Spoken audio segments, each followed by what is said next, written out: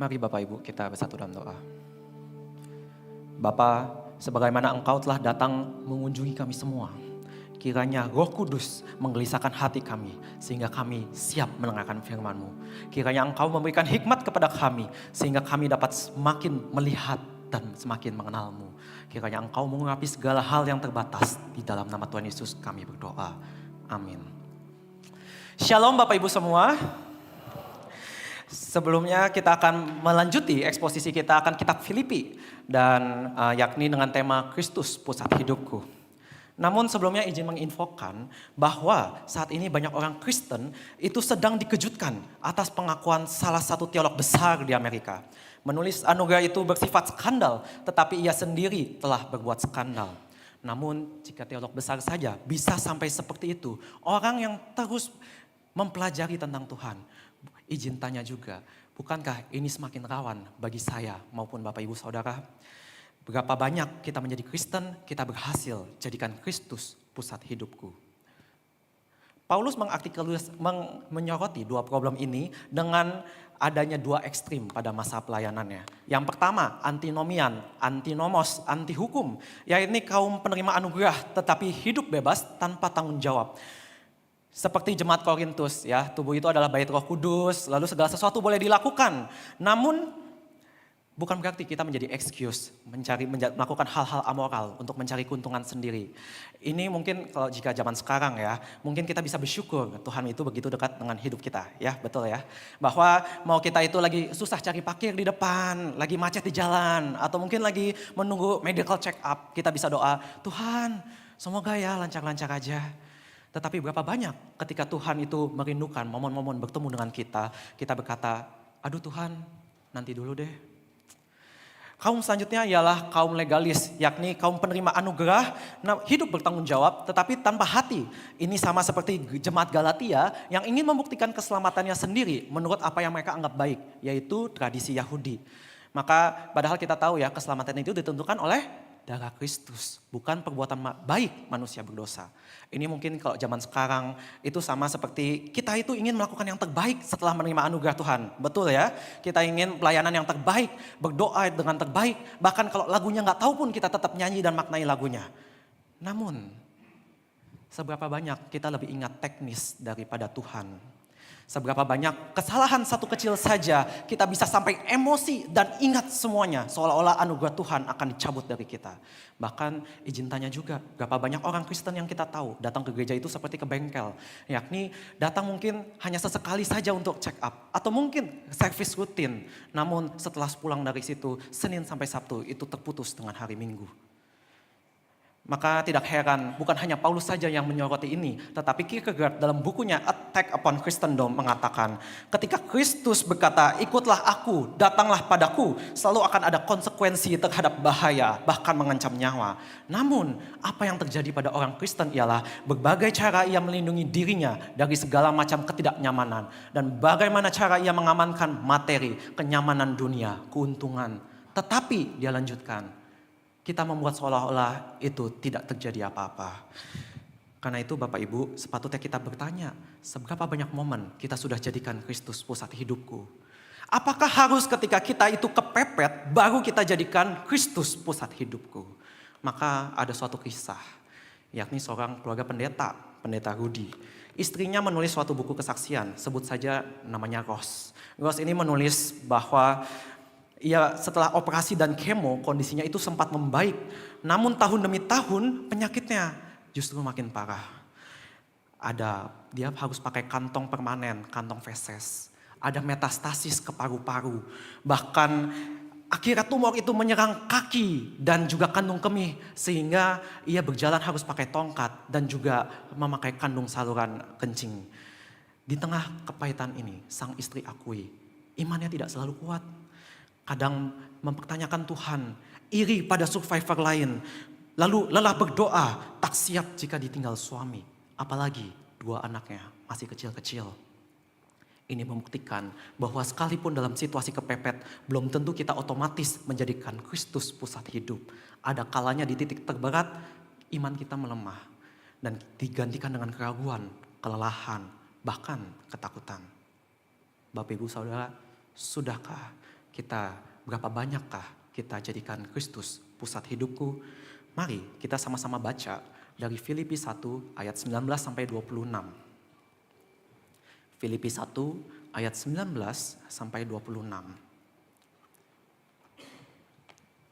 Saya akan bacakan bagi kita semua Filipi 1 ayat 19 sampai 26. Saya akan bacakan dari satu kalimat sebelumnya. Aku akan tetap bersukacita karena aku tahu bahwa kesudahan semuanya ini ialah keselamatanku oleh doamu dan pertolongan Roh Yesus Kristus. Yang sangat kurindukan dan kuharapkan ialah bahwa aku dalam segala hal tidak akan beroleh malu, melainkan seperti sedia kala, demikian pun sekarang, Kristus dengan nyata dimuliakan di dalam tubuhku, baik oleh hidupku maupun oleh matiku. Sesungguhnya bagiku hidup adalah Kristus dan mati adalah keuntungan. Namun jika aku harus hidup di dunia ini, itu berarti bagiku bekerja memberi buah. Jadi mana yang harus kupilih? Aku tidak tahu. Aku didesak dari dua pihak. Aku ingin pergi dan tinggal bersama Kristus. Hal itu memang jauh lebih baik. Namun lebih perlu tinggal di dunia ini karena kamu. Dengan yakin aku tahu tentang hal ini. Aku akan tinggal dan akan bersama dengan kamu sekalian supaya kamu semakin maju dan bersukacita di dalam iman. Sehingga kemegahanmu dalam Kristus Yesus semakin bertambah karena aku apabila aku kembali kepada kamu. Demikianlah bacaan kita hari ini. Bapak Ibu Saudara, bagian ini merupakan kelanjutan daripada khotbah minggu lalu. Jika minggu lalu kita melihat bagaimana Paulus tetap berpengharapan di situasi saat itu, bagian ini menunjuk bagaimana Paulus itu masih berpengharapan di masa yang akan datang. Tetapi sedikit flashback, sedikit sekilas balik, apa saja penderitaan Paulus. Paulus itu sedang dan sering dipenjara, banyak sekali penjara yang dicatat ya. Tetapi Paulus itu juga sama seperti kita, tinggal di tengah budaya timur, yakni budaya honor and shame. Mungkin Bapak Ibu bisa merasakan ya, aduh jangan deh kita membuatkan itu, aduh jangan, rasanya kayak aib deh ya kalau misalkan orang lain tahu ngeliat kita. Nah ya sama seperti Paulus juga, di budaya timur dia sebagai orang Roma sering banget keluar masuk penjara. Sehingga mungkin dipertanyakan, ini kenapa sih orang sampai kayak gini? Bahkan tidak sedikit orang menganggap gila, bahkan rekan pelayanannya pun menjatuhkan dia. Tetapi tidak sampai di situ. Di pasal 2 pun ia sedang berduka karena Epafroditus itu hampir saja meninggal. Bahkan kita tahu dia masa depannya itu berada di bawah tangan kaisar. Yaitu ia sedang menantikan eksekusi. Apakah Paulus bisa bersukacita atas kondisinya? Kita tahu jawabannya. Dan karena itu mari kita melihat 3 hal ini yang menunjukkan di tengah penderitaan Paulus. Kenapa ia bisa bersukacita? Karena ia menjadikan Kristus pusat hidupnya melalui 3 hal. Yang pertama, doa yang memurnikan keinginan. Ketika Paulus mengenali dan menerima segala kondisinya, Paulus percaya ia akan selamat dari penderitaannya bukan karena dirinya sendiri, melainkan karena doa Filipi dan juga pertolongan Roh Yesus Kristus. Kata pertolongan sendiri itu berarti persediaan, pasokan yang sangat berlimpah, lebih dari cukup. Dan hanya 2 kali kata ini dipakai Bapak Ibu di dalam Alkitab. Di sini mengejuk pada peran doa syafaat. Sehingga kita patut bertanya, emangnya seberapa penting sih peran doa Filipi dan pertolongan Roh Kudus? Maka itu agar Paulus selamat atau kata lainnya terbebas dari penjara. Sebagaimana ia jelaskan di ayat 25.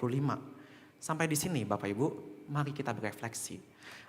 Ketika kita menjadikan Kristus pusat hidup, apa peran doa kita? Apakah doa itu menambah kerinduan kita agar bukan sekedar melalui penderitaan, tetapi kita juga merindukan pertolongan Tuhan yang lebih baik. Karena itu doa bukanlah sarana antinomian untuk mencari keuntungan kita sendiri. Doa adalah sarana berefleksi. Apakah yang saya naikkan itu hanya baik menurut standar saya atau menurut mata Tuhan? Tetapi di situ juga doa bukanlah sedang legalis, sekedar lip service atau baca mantra yang tidak dapat mengubah situasi, harus ikut Tuhan dan juga sekedar melampiaskan emosi. Banyak permintaan Paulus dalam surat-surat lainnya itu minta didoakan oleh jemaat-jemaat yang juga bergumul dengan dosa. Ini menunjukkan Bapak Ibu bahwa dosa itu memang ada kuasanya. Terlebih lagi doa orang benar. Karena itu saat kita berdoa, ingin kesehatan kita membaik, ingin pekerjaan kita itu lebih lancar. Tahun 2026 mungkin lebih tentram, keluarga kita aman, anak kita bertumbuh, berpendidikan dengan baik. Tidak ada yang salah semua itu Bapak Ibu. Tetapi apakah doa kita juga menambah kerinduan? Kita juga merindukan pertolongan Tuhan yang lebih baik. Hal ini jugalah yang dialami oleh Joni Eareckson Tada. Mungkin kita tahu ya, ia lulus SMA sebagai atlet terbaik dan juga berencana kuliah jurusan olahraga. Namun ketika ia sedang happy-happynya merayakan kelulusannya, lalu ia loncat untuk menyelam, untuk berenang, ia mematahkan lehernya dan juga akhirnya menjadi lumpuh.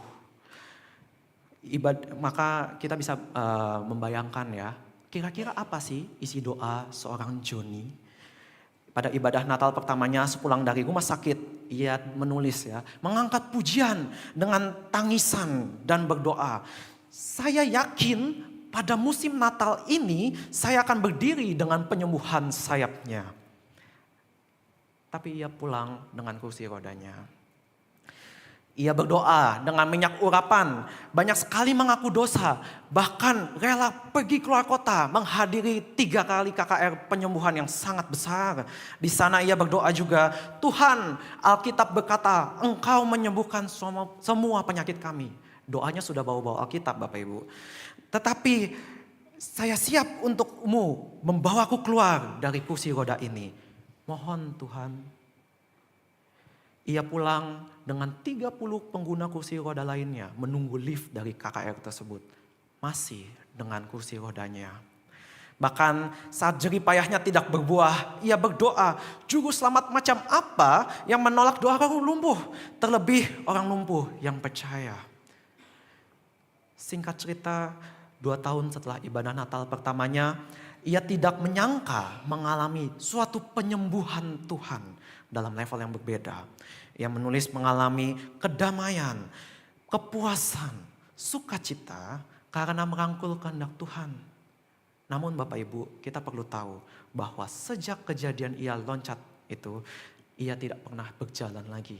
Ia sudah tidak bisa menggerakkan tangannya lagi. Lantas, apa kehendak Tuhan yang ia rangkul? Ia berkata bahwa engkau dan saya berada saat ini di posisi terbaik, tempat terbaik, situasi kondisi di mana Tuhan paling bisa dimuliakan.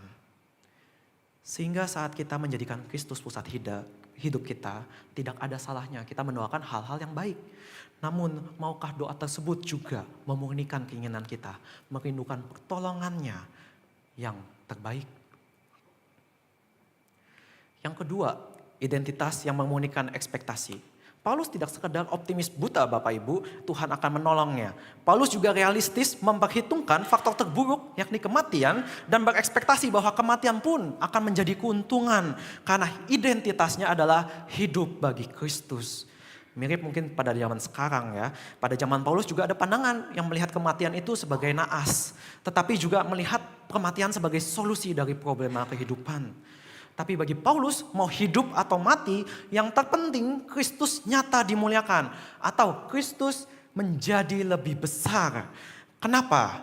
Karena mau Paulus, Timotius, pengawas, diaken jemaat, bahkan jemaat sendiri itu adalah hamba Kristus. Bukan sedang membeda-bedakan Bapak Ibu, tetapi terlepas jabatan rohani, semuanya itu di mata Tuhan tidak ada yang melebihi, hanya sebatas budak Kristus. Budak Kristus. Kristus pribadi Tuhan yang juga datang ke dunia, mengosongkan dirinya menjadi serupa budak. Karena itu, apa yang bisa diekspektasikan sebagai budak Kristus dalam hidup maupun pergumulan? Kabar sukacitanya ialah terkait pergumulan, Kristus lebih besar dibandingkan kerugian kita ataupun akibat kita dipermalukan di dunia maupun kematian kita. Ini beda dengan perumpamaan anak yang hilang Bapak Ibu. Ketika si anak bungsu atau Israel sepanjang Alkitab digambarkan itu mencari cara apapun, berekspektasi yang penting saya dapat berkat. Karena itu tidak heran Tuhan yang bisa dilupakan, Tuhan itu bisa diganti dengan yang lain atau dicampur dengan yang lain. Itu semua dengan konsep ekspektasi yang penting saya tidak rugi, yang penting saya dapat keuntungan.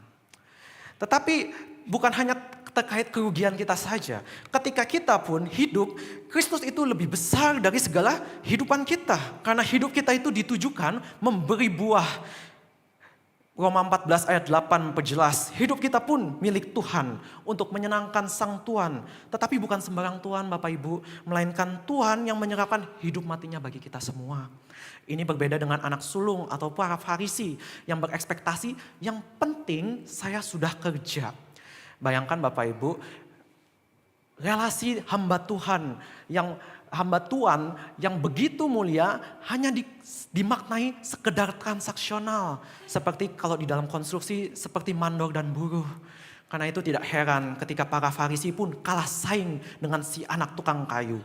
Maka mereka menghasut massa dan menyalibkan Yesus. Maka mari kita refleksikan sejenak. Apakah ekspektasi kita dimurnikan karena Kristus lebih besar dibandingkan apa yang kita punya dalam hidup maupun kehilangan kita bahkan dalam kematian. Mungkin saat ini kita menjadi orang Kristen tidak seperti zaman dulu ya, tidak sampai menderita secara badani. Tetapi mungkin kita sedang menderita secara batin. Mungkin momen demi momen kita itu dipenuhi dengan rasa bosan, hidup tanpa gairah, tak ada yang baru, semua begitu cepat dan tercukupi, rasanya flat-flat aja. Barangkali ekspektasi antinomian mendorong kita untuk menuntut Tuhan dengan berbagai cara memberi kita coba-cobaan kegairahan dari segi materi maupun relasi. Atau mungkin saat ini kita dipenuhi dengan berbagai macam kekhawatiran akan masa depan, akan pasangan hidup, akan penilaian dari orang lain. Ekspektasi legalis mendorong kita juga untuk menuntut Tuhan mendapatkan imbalan atas apa usaha kita pribadi maupun atas usaha kita di depan mata orang. Apakah ini arti Kristus pusat hidupku di tengah penderitaan batin? John Piper berkata, Tuhan paling dimuliakan saat kita lebih puas di dalam Kristus terlepas apa yang kita dapatkan maupun kehilangan kita. Dan quotes ini Bapak Ibu, itu nyata terjadi dalam kehidupan teman Joni, yakni Melinda. Bayangkan ya Bapak Ibu, yaitu mengalami diabetes sampai harus mengamputasi 2 kakinya. Tidak sampai situ, 2 penglihatannya juga hilang karena diabetesnya. Bahkan hari demi hari jarinya itu semakin hilang. Menyedihkan bukan? Tetapi anehnya, dalam kondisi seperti itu, Melinda tidak berpikir untung rugi. Ia tidak tawar hati, meski fisiknya semakin merosot. Melinda juga tidak berpikir transaksional, menuntut Tuhan menyembuhkan karena ia masih setia. Malahan hari demi hari, Melinda semakin kuat. Kenapa? Karena kecukupan Melinda hanya bisa bergantung pada Kristus saja. Bahkan meski Joni sendiri tak bisa mendeskripsikannya, dikatakan kuasa Tuhan semakin disempurnakan di dalam Melinda.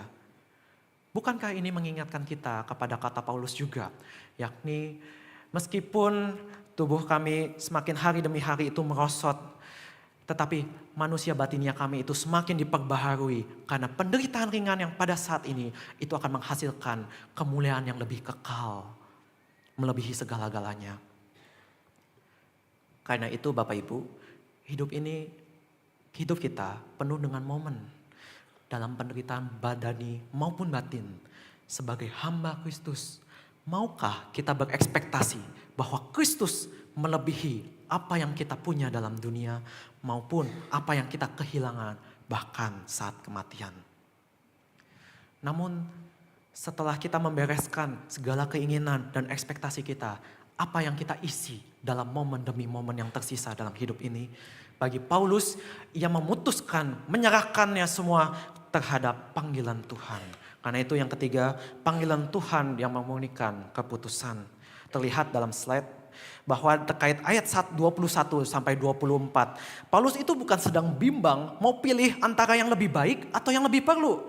Dia katakan, ia sendiri gak tahu kedua keinginan ini itu sama besar. Karena itu Paulus bukan sedang mau berpikir bunuh diri Bapak Ibu. Tetapi juga ketidaktahuan Paulus itu bukanlah ketidaktahuan yang sembarangan, yang tanpa arah. Melainkan Paulus menyerahkan ketidaktahuannya kepada Tuhan, mengikuti apa panggilan Tuhan baginya, yakni kembali membangun jemaat Filipi. Karena itu di dalam ayat 25 dan 26, Paulus merefleksikan 3 hal yang Tuhan dapat hasilkan jika Paulus itu mengikuti panggilan Tuhan. Yang pertama, bagi Paulus ia mendapatkan buah pelayanan dan sukacitanya bertambah. Bukan karena dirinya, bukan karena semata-mata kondisinya membaik, tetapi karena Filipi. Filipi dikatakan akan mendapatkan iman yang semakin naik level, yang semakin berprogres karena melihat teladan Paulus semasa di penjara. Dan juga sukacitanya akan bertambah, karena bukan hanya Tuhan itu masih menolong Paulus dalam penjara, tetapi jika Paulus dibebaskan, bukankah ini akan menambah kesukacitaan juga? Tetapi bukan semata-mata berujung kepada Paulus maupun Filipi, tetapi Tuhan di atas segalanya semakin dimuliakan. Sehingga sama seperti Paulus itu memutuskan mendengarkan panggilan Tuhan, apakah kita juga mau mendengarkan panggilan Tuhan dalam segala keputusan kita sehari-hari, yakni hadirkan Injil yang bernilai kekal? Atau apakah kita sehari-hari itu seperti jemaat Laodikia dalam Wahyu 3 yang merasa sudah puas diri, tetapi Tuhan tegur miskin, buta, dan telanjang karena mereka menghindari ketidaknyamanan. Dan ternyata apa yang mereka puas, yang mereka cukup, itu nol di mata Tuhan. Atau apakah kita itu seperti jemaat Efesus dalam Wahyu 2, secara luar itu religius, oke, tetapi ditegur Tuhan, engkau telah meninggalkan kasihmu yang semula. Timothy Keller berkata bahwa dalam kita bekerja sebagai orang Kristen, bukan masalah sekedar tidak boleh atau boleh melakukan sesuatu, melainkan memikirkan implikasi Injil dan tujuan Allah bagi seluruh hidup kita, bahkan bagi seluruh organisasi yang kita pengaruhi. Karena itu, maukah kita berkomitmen dalam sehari-hari kita, dalam pekerjaan kita, mungkin dalam peranan kita yang kita punya di rumah ataupun dalam sosial. Kita itu mengambil keputusan untuk mendengarkan panggilan Tuhan terlebih dahulu. Untuk menghadirkan Injil yang bernilai kekal. Tetapi Bapak Ibu Saudara, sejatinya Paulus, ia pun masih merupakan manusia yang bergumul dengan natur dosa. Ia masih bergumul dengan duri dalam dagingnya, hadapi 2 ekstrim dalam jemaat, dan ia bisa berjatuh dalam skandal. Ini seharusnya tidak mengejutkan kita, karena apalagi dunia kita itu sudah rusak dalam dosa. Tetapi yang seharusnya mengejutkan kita ialah ketika Kristus yang tidak berdosa rela mengosongkan diri. Ketika Kristus yang punya kehendaknya sendiri dan sudah melewati asam garam kehidupan di dunia ini, ia masih rela menjadi hina, menjadi serupa budak, mau menanggung dosa kita, bahkan mau menghargai keberadaan kita yang sudah terlanjur memalukan di hadapan Bapa. Kalau dalam bahasa sekarang ya, betapa ruginya Kristus itu, bahwa segala waktu yang ia buang, segala tenaga yang ia buang, bahkan segala berkat yang ia impartasikan setiap kita pulang, diutus setiap hari Minggu. Itu diutus kepada kita semua. Tetapi bukankah itu Tuhan kita? Ia memiliki belas kasihan yang bukan belas kasihan manusia. Karena itu berapa banyak juga kita sadari Bapak Ibu bahwa di dalam dunia maupun saat ini ia itu menangis melihat segala kita itu melukai diri sendiri akibat pemberontakan dosa kita. Seberapa banyak kita sadari bahwa ia habiskan untuk menyingkir dari tengah keramaian untuk tetap mendoakan kita untuk berdoa kepada Tuhan. Bahkan berapa banyak kita sadari bahwa di sepanjang Injil Yohanes, sesederhana frasa belum atau sudah tiba saatnya, sadarkah kita itu menunjukkan seberapa hebat Kristus tidak menyerah, menggumuli kapan waktu terbaik agar 1 detik pun tidak gagal melaksanakan pekerjaan Bapa demi hadirkan Injil yang bernilai kekal, menyelamatkan Bapak Ibu Saudara dan saya. Karena itu alih-alih skandal manusia, bukankah lebih skandal lagi kehidupan Kristus yang diserahkan bagi kita semua? Alih-alih kita mencari jalan sendiri, maukah kita pakai sisa waktu dalam hidup kita menjadikan Kristus pusat hidup kita? Tetapi mungkin kita masih bertanya, atau kita masih mengganjal dalam hati, bagaimana saya itu bisa melakukannya? Saat ini pergumulan, rasa khawatir atau bosan, perasaan, fase-fase tergelap, bahkan rasanya sudah terperosok masuk jurang, itu lebih gelap, lebih berat ketimbang segala semua ini. Maka Bapak Ibu, kita tidak sendirian. Dietrich Bonhoeffer, seorang pendeta Jerman, juga pernah mengalami apa yang kita alami. Sama seperti Paulus, ia juga dipenjara oleh orang Jerman sendiri karena disangka mau membunuh Hitler. Tetapi naasnya juga 2 tahun ia dipenjara, lalu dieksekusi, digantung. Tidak lama kemudian tentara Amerika itu membebaskan tahanan perang di situ. Tetapi naas, kehidupan Bonhoeffer sudah tiada. Tetapi ketika ia menghitung hari demi hari di dalam penjara, lalu melihat betapa kejamnya bangsanya itu bisa menjadi, yaitu ada perang dunia, kamp konsentrasi, ia menuliskan perbedaan antara agama manusia dengan kekristenan. Ia menulis bahwa religiusitas membuat manusia dalam kesesakannya itu mengharapkan kuasa Allah di dunia. Allah yang mengintervensi, Deus ex machina. Tetapi Alkitab justru mengarahkan kita kepada ketiadaan kuasa dan penderitaan Allah. Dan justru hanya Allah yang menderita saja yang dapat menolong kita dalam penderitaan. Ibrani 4. Bahkan ia lanjutkan, tindakan religius itulah atau tindakan rohani bukanlah yang menjadikan kita itu orang Kristen. Melainkan keikutsertaan kita ke dalam penderitaan Allah dalam hidup kita di dunia. Bukankah seperti ada tertulis, dalam kelemahanlah kuasa Tuhan menjadi sempurna. Maka ini jugalah yang terjadi dalam kehidupan pendeta yang kita sudah dengar di awal khotbah. Istrinya menulis bahwa meski penderitaannya semakin besar, Rose itu melihat kekuatan dan semangat Tuhan melayani Tuhan di dalam suaminya itu semakin kuat meski fisiknya semakin lemah. Banyak momen ia masih berkhotbah, besuk jemaat, ikut rapat, bahkan saat ulang tahun suaminya yang ke-40 dirayakan. Rose masih melihat sinar kebahagiaan di mata suaminya. Naas, kebahagiaan semata tidak bisa memulihkan kondisi. Suaminya itu semakin drop hingga harus cuci darah 3 kali seminggu. 2 kali masuk ICU karena kejang. Bahkan dalam momen-momen akhir hidupnya, nafas sesak. Tetapi ia masih sempat-sempatnya berkata kepada istrinya. Istrinya menulis, ia mengutip 2 Korintus 12 ayat 9. Cukuplah kasih karuniaku bagimu, sebab justru dalam kelemahanlah kuasaku menjadi sempurna. Dalam sakit penyakit pendeta Rudi, maka ia semakin mengalami apa arti kuasa karunia Tuhan. Bukan hanya sekedar jaminan hidup kekal, tetapi melalui sesederhana keberadaan keluarga, gereja, keberadaan jemaat. Disitulah ia semakin mengalami kasih karunia Tuhan.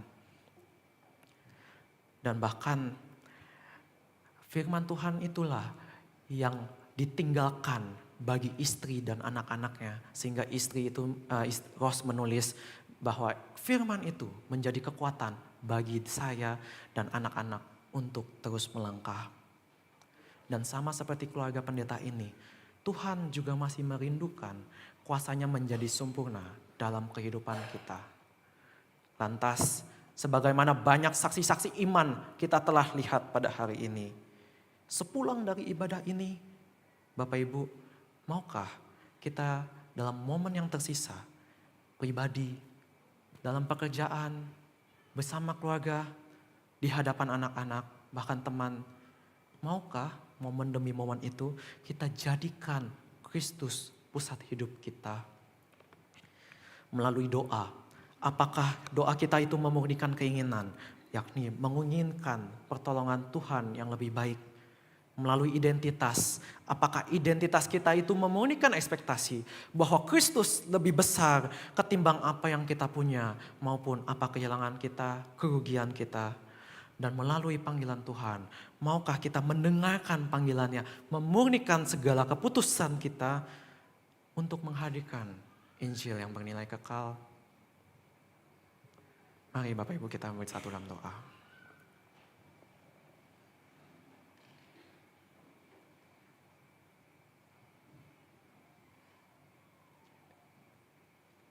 Tuhan, sebagaimana pengorbananmu, jika kami hitung-hitung itu bagi diri kami, sebenarnya itu suatu kerugian besar bagi dirimu. Tetapi Engkau tidak menahan belas kasihan-Mu melihat kami melukai diri sendiri akibat pemberontakan dosa kami. Karena itu, sebagaimana kerinduan-Mu, Engkau telah datang bagi kami, ingin memulihkan kehidupan kami, kiranya kami juga rindu untuk menjadikan Engkau pusat hidup kami. Entah melalui doa, entah ketika kami mengamini, mengimani identitas kami, bahkan ketika kami mendengarkan panggilan-Mu di dalam segala kehidupan kami, kiranya kami memutuskan seturut dengan kehendak-Mu, bukan kami mencari kesibukan lain. Di dalam nama Tuhan Yesus kami berdoa. Amin. Tuhan memberkati.